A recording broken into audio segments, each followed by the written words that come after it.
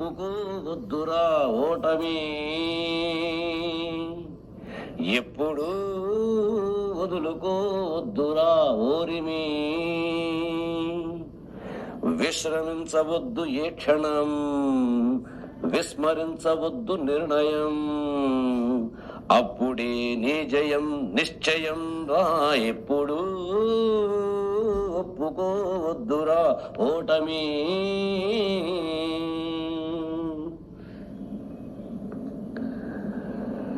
నింగి ఎంత పెద్దదైన రివ్వుమన్న గువ్వ పిల్ల రెక్క ముందు తక్కువేనురా.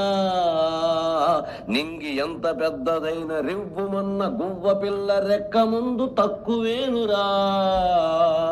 సంద్రమెంత గొప్పదైన ఈదుతున్న చేప పిల్ల మొప్ప ముందు చిన్నదేనురా.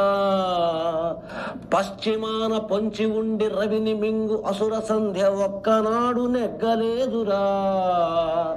గుటక పడని అగ్గి ఉండ సాగరాల నీదుకుంటూ తూరు పింట తేలుతుందిరా.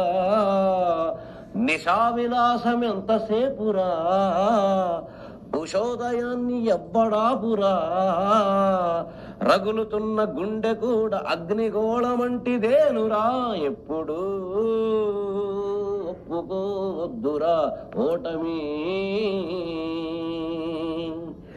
నొప్పి లేని నిమిషమేది, జననమైన మరణమైన జీవితాన అడుగు అడుగునా. 50 కేజీలు 60 కేజీలు 70 కేజీలు 80 కేజీలు ఉన్నటువంటి శరీరాన్ని నేను ఎందుకు భరించాలి, నాకు నొప్పి కాదా అని కాళ్ళు అంటే మనిషి కదలగలడా? సో ప్రతి క్షణంలో పుట్టినప్పటి జీవితంలో ప్రతి క్షణంలో చేసే ఏ పనిలోనైనా కష్టపడి ఆ అన్నాన్ని కలిపి పెద్ద ఎక్సర్సైజ్ చేసి అన్ని తీసుకొచ్చి బూతులు అందించాలని చేతులు అంటే ఈ కథ మనం చిన్నప్పుడు చేసుకున్నాం. ఈ అవయవాలన్నీ కూడా కడుపు మీద యుద్ధం చేసినటువంటి కథను మనం చదువుకున్నాం.